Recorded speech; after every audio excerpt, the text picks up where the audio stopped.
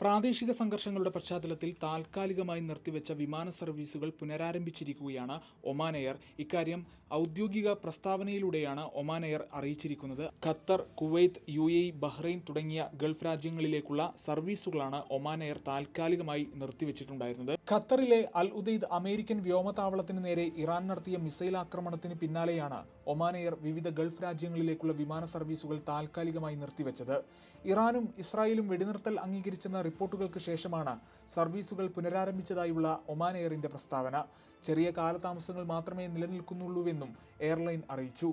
യാത്രക്കാരെ സഹായിക്കുന്നതിനായി കോൾ സെന്ററുകൾ സജീവമാണെന്നും പ്രധാന വിമാനത്താവളങ്ങളിൽ അധിക ജീവനക്കാരെ വിന്യസിച്ചിട്ടുണ്ടെന്നും ഒമാൻ എയർ വിശദമാക്കി.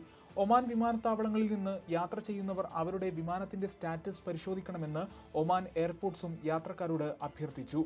റീബുക്കിംഗ് ഉൾപ്പെടെയുള്ള സർവീസുകൾ ഒമാൻ എയർ തുടരുകയാണ്.